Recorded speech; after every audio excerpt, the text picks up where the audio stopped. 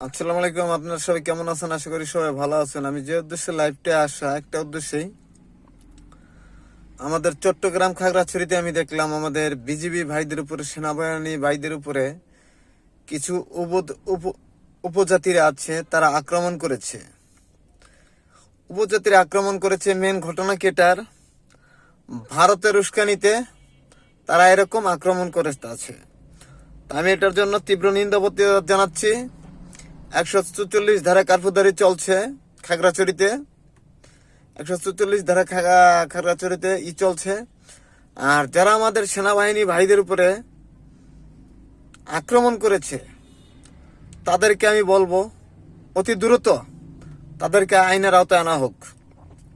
আমি গণ অধিকার পরিষদের জন্য এটার জন্য তীব্র নিন্দা প্রতিবাদ জানাচ্ছি। যেই কিছুটা উগ্রবাদীরা যে বাংলাদেশটাকে চাচ্ছে যে সন্ত্রাসীদের পরিণত করার জন্য, কিছু আওয়ামী লীগের দোসররাও এর সাথে জড়িত আছে।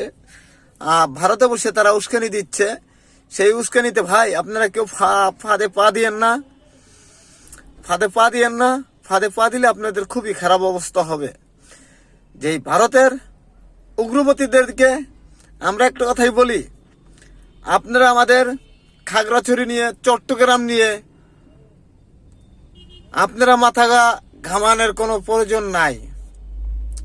আপনাদের মাথা ঘামানোর কোনো প্রয়োজন নাই। আমাদের বাংলাদেশে আমরাই নিয়ন্ত্রণ করতে পারবো। আমাদের খুবই ভালো সুন্দরভাবে নিয়ন্ত্রণ হবে। যেই যে আপনারা সেনাবাহিনীর উপরে যেভাবে আক্রমণ করাচ্ছেন, বিজিবির উপরে যেভাবে আক্রমণ করাচ্ছেন, এজন্য আমি তাদেরকে তীব্র নিন্দা প্রতিবাদ জানাচ্ছি। তাদেরকে দ্রুত আইনের আওতায় আনার দাবি জানাচ্ছি। এই বাংলাদেশে আমাদের কোনো সন্ত্রাসীদের কোনো ঠাঁই হবে না। আর একটা কথা না বলে আমি পারছি না,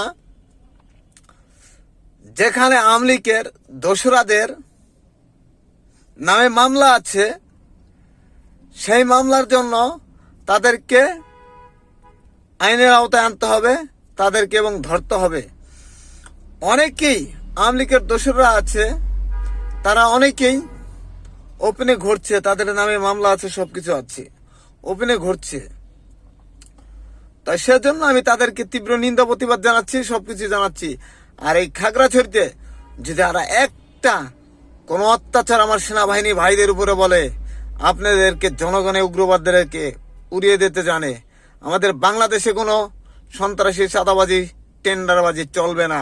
আমি দেখছি এই উগ্রবাদীরা বিজেপির উপরে, সেনাবাহিনীর উপরে যেভাবে গুলি চালিয়েছে, আজকে এটা নিয়ে 2 দিন ধরে দেখতে আছি, খুবই ভয়াবহ।